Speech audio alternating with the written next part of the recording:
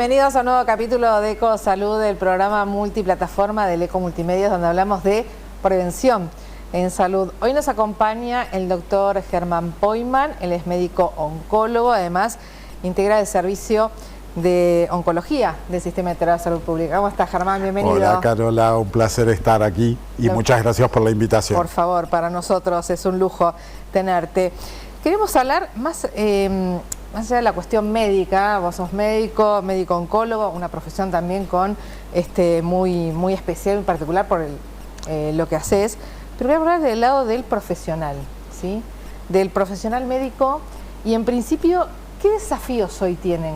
En este caso vos como oncólogo, ¿qué desafíos estás teniendo a nivel profesional respecto a los pacientes, a los que llegan, a la información? Bueno, ¿qué es lo que se plantea hoy? ¿Cómo está hoy el rol del médico? A ver, hoy obviamente el rol del médico ha ido cambiando, ¿sí? A través del tiempo, donde juegan un papel fundamental el tema de la conectividad que hay y del acceso a la información que tenemos nosotros como profesionales y que tienen los pacientes también.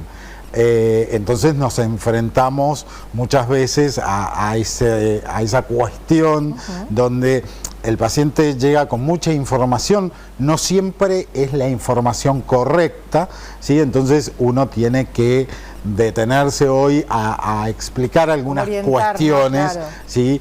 Que tienen que ver con esto, el acceso tan grande a la información. Yo creo que tiene su costado positivo, sí, pero no sé si es tan beneficioso, ¿sí? Todavía tengo mis dudas con respecto a eso. Y obviamente en una especialidad que va cambiando vertiginosamente, lo cual nos lleva a mantenernos en una formación constante, ¿sí? No nos podemos descuidar. Una semana de no leer en oncología implica que algo te perdiste. Que varias cosas te perdiste. Entonces, bueno, pero es interesante, ¿sí? Es interesante porque te mantiene activo. Sí, claro. Pero, por ejemplo, un paciente, hoy por hoy, antes se decía por ahí de no decirle, aparte de la palabra cáncer, que se genera. Sí. ¿El paciente tiene que saber? El paciente tiene que saber, pero yo siempre hago una diferencia, y esto incluso ha sido motivo de discusión con colegas. Sí. Me dicen, no, porque vos al paciente le tenés que decir todo, qué sé yo. Sí. Coincido que el paciente tiene el derecho a saber, pero también tiene el derecho a no saber, ¿sí? Entonces, creo que es fundamental en el primer contacto, por lo menos así lo manejo yo, es escuchar y ver, ¿sí?, el contexto.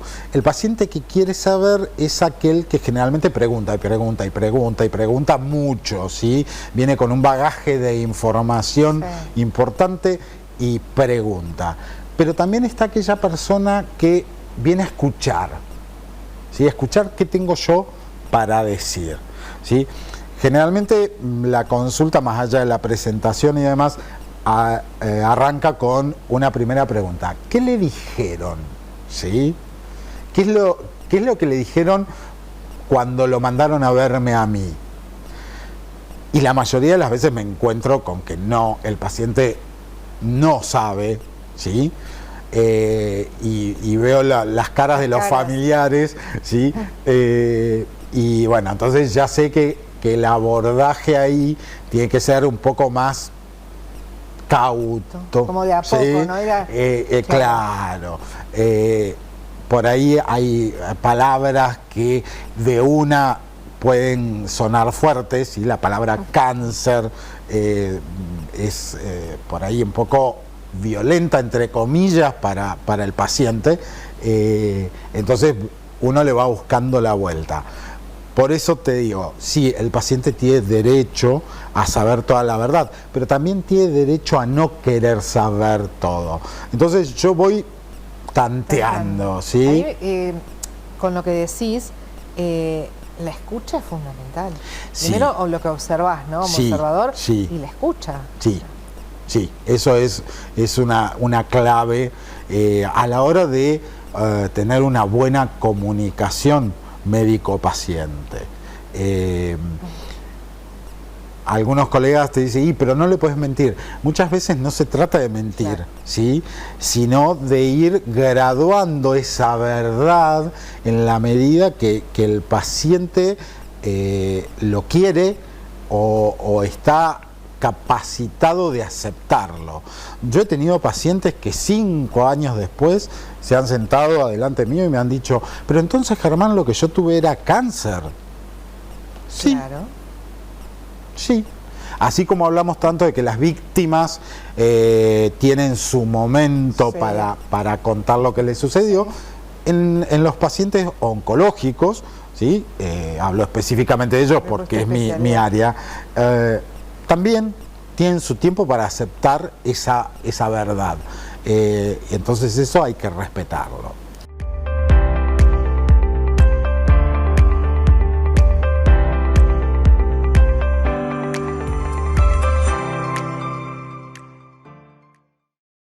¿El miedo es lo primero que aparece en el paciente? Sí, sin dudas.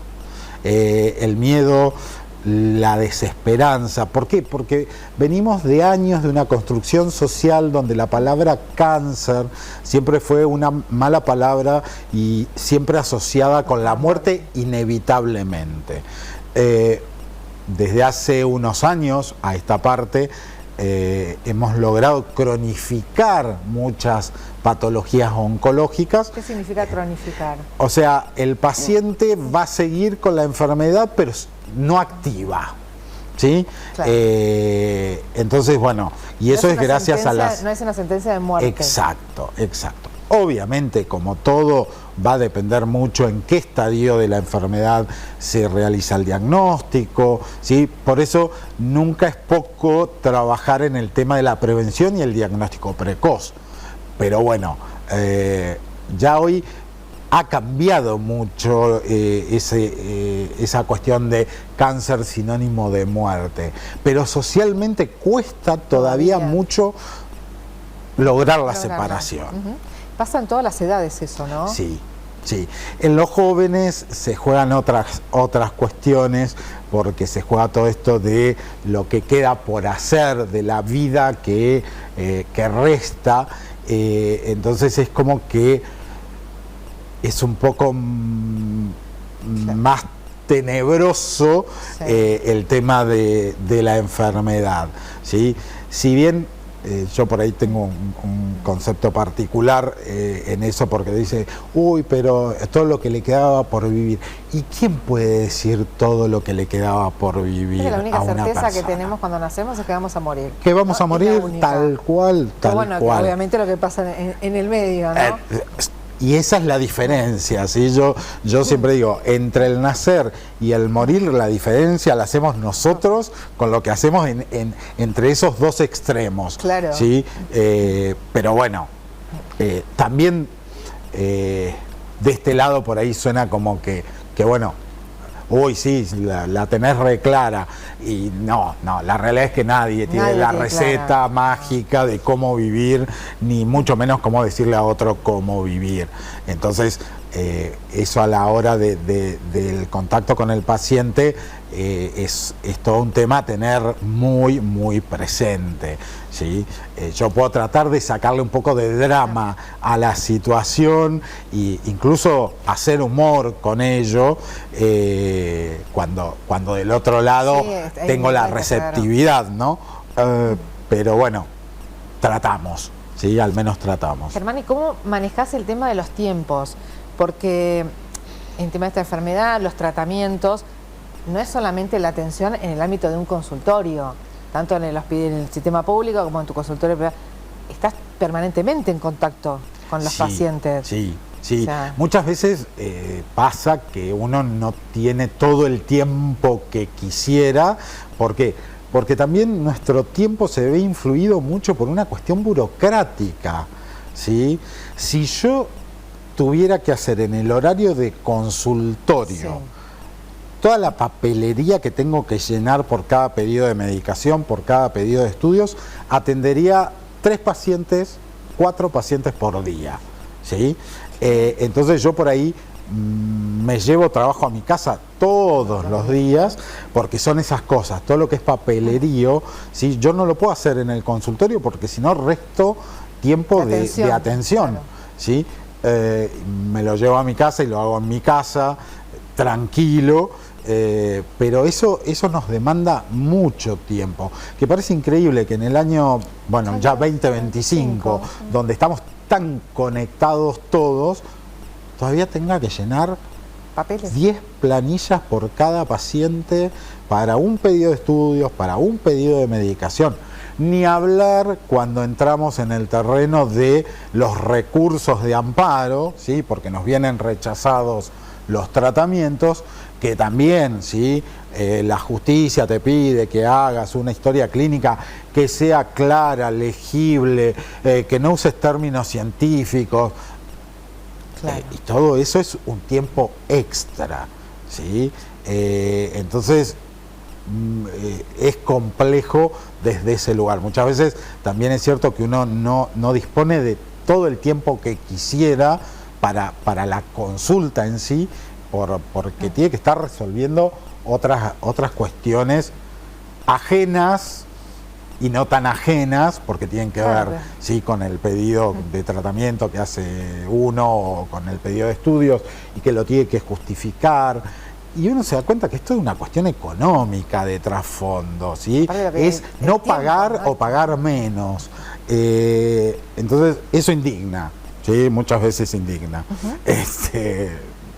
¿Cómo haces para esto, para ponerte un límite también, ¿no? De lo profesional, decir, bueno, sí, me llevo a trabajo a casa, estás todo el tiempo contestando el WhatsApp, ¿cómo es? A ver, yo trato de buscar, humanos, o sea, claro, ¿sí? Tienes una vida, te pasan cosas. Tal cual, sí, ¿no? Sí, esto que hablábamos hoy también. A ver, los médicos somos seres humanos, en nada diferentes al resto, ¿sí? Y yo creo que esa cuestión de endiosar al médico o tipo de ponerlo en un pedestal ya no corre y no debería seguir sucediendo.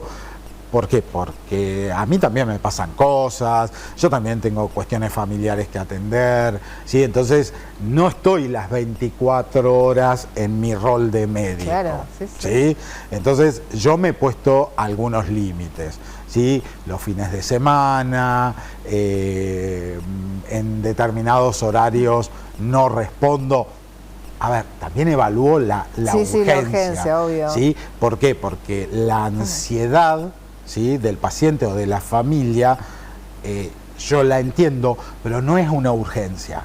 Exacto, claro. ¿Sí? Sí. No es una urgencia. Entonces, veo, ¿sí? Como ya conozco a mis pacientes, ya digo, no, si me está escribiendo a las 10 de la noche es porque realmente algo grave está pasando, y bueno, y uno va respondiendo en base a eso, ¿sí? Te preguntás esto de la escucha, porque más allá de lo que vas viendo para hablar específicamente de la enfermedad, me imagino que también te empiezan a contar cada uno sus historias. Y que a mí me gusta saberlo. Bueno, además, ¿no? Sí, por tu forma. Y que a mí me gusta saberlo. Pero como que se abre, ¿no? Sí. No es que una consulta voy, le recetaste, o sea... No, para nada. A ver, la historia de cada paciente es muy importante muchas veces para entender esta situación de enfermedad, ¿sí? Y te encontrás con historias maravillosas, tanto del lado bueno como del lado malo, ¿sí? Pero hace que vos puedas entender por qué esa persona se comporta de tal manera o no frente al diagnóstico, y también cómo vas a ir manejando vos la situación con esa persona, ¿sí? A ver, todos somos un bagaje de historias, algunas más lindas y otras menos, pero bueno, y esa historia nos condiciona, ¿sí? Nos condiciona en un montón de situaciones, y es cierto, uno muchas veces termina la consulta termina siendo un pedacito de lo biológico, digamos, o de comentar sobre tal o cual tratamiento y demás, y mucho más de lo que le pasa al paciente como persona, ¿sí? Despojándolo un poco de la situación concreta del cáncer. Sí, claro. ¿Qué pasa con hablaste del entorno, cómo se maneja también? Porque a veces, ¿no?, por ahí está como más ansioso que el propio paciente. Tal cual, ¿no? sí. Es muy común que suceda eso, pero también tiene que ver con esto que la palabra cáncer tiene la particularidad de enfrentarnos con la finitud de la vida como ninguna otra enfermedad pareciera hacerlo. ¿Por qué digo pareciera? Yo siempre digo, hay otras enfermedades que son mucho peor que el cáncer, ¿sí? El cáncer o vivís o te morís, ¿sí? Como que no hay un término medio. Hay otras enfermedades que te van matando de a cachitos, ¿sí? Entonces termina siendo una crónica de una muerte anunciada llena de amputaciones, claro, ¿sí? Reales o figurativas, pero en un largo tiempo. El cáncer es como que eso no lo tiene, ¿sí? Entonces, la palabra cáncer es, con esto que hablaba, ¿no?, sinónimo de muerte. Entonces, uy, cáncer, me voy a morir. Te enfrenta, te pone cara a cara con la muerte. Y si le pasa a un familiar, a un amigo, te empezás vos a ver, porque si estás por ahí en la misma edad... Pero a ver, ¿no? Es como muchas que veces se juega eso, claro, ¿sí? Muchas veces no es tanto el miedo por el paciente en sí, sino con lo que te enfrenta de vos mismo. Claro. A ver, yo estoy por cumplir 53 años. ¿Viste? Y en un momento yo también digo, che, las balas vienen pegando cerca. Y bueno, y me puede tocar a mí, sí, ya me tocó una vez, por suerte fue algo sencillo, ¿sí? Bueno, ¿me puede tocar otra vez? Sí, me puede tocar. Y me puede tocar en los seres queridos. Exacto. ¿Sí? Entonces... eso es lo que despierta, ¿no? Eso es lo que despierta la palabra ya en sí, el diagnóstico. Te pone cara a cara frente a una situación que la mayoría de la gente todavía rehúsa enfrentar. ¿Sí? Y el miedo al sufrimiento, claro, ¿sí? Yo tengo pacientes que te dicen, yo no le tengo miedo a la muerte, pero sí le tengo miedo al sufrimiento, ¿sí? No quiero sufrir. Por eso hoy hay un concepto que es el de calidad de vida, que cobra fundamental importancia en lo que es la patología oncológica. ¿Y eso el paciente lo puede decidir? Claro que sí. Claro que sí. ¿Cómo lo quiere transitar? Yo siempre les digo a ellos, yo propongo, ¿sí? Yo hago la propuesta del tratamiento. Ahora, la decisión final, ¿sí?, la tiene el paciente. Y si el paciente está haciendo tratamiento y se siente que el tratamiento le está haciendo mal, ¿sí?, también puede decidir no continuar con el tratamiento. Y eso no significa que yo lo dejo de atender. ¿Sí? No. Es una decisión de la persona, porque es la que pone el cuerpo. Tal cual, tal cual. El cuerpo, muchas veces es la familia la que quiere que haga tratamiento, y uno les tiene que explicar, mirá, no está en condiciones, ¿sí? Y muchas veces también los tratamientos que uno indica pueden hacer mal, más mal que bien, ¿sí? Claro. Puede ser el remedio peor que la enfermedad. Entonces evaluás, ¿sí?, ¿no?, como el costo-beneficio. Exactamente, ¿no? ¿Sí? Pero bueno. Germán, gracias por esta charla. Por favor, gracias a vos por la comodidad, porque realmente es como una charla de café. Es la idea. Y bueno, y eso se logra, así que el agradecido soy yo, Carola, por este espacio. El doctor Germán Poyman, médico oncólogo, integra el servicio también de oncología del Sistema Integrado de Salud Pública. Nos reencontramos en un próximo capítulo de Ecosalud.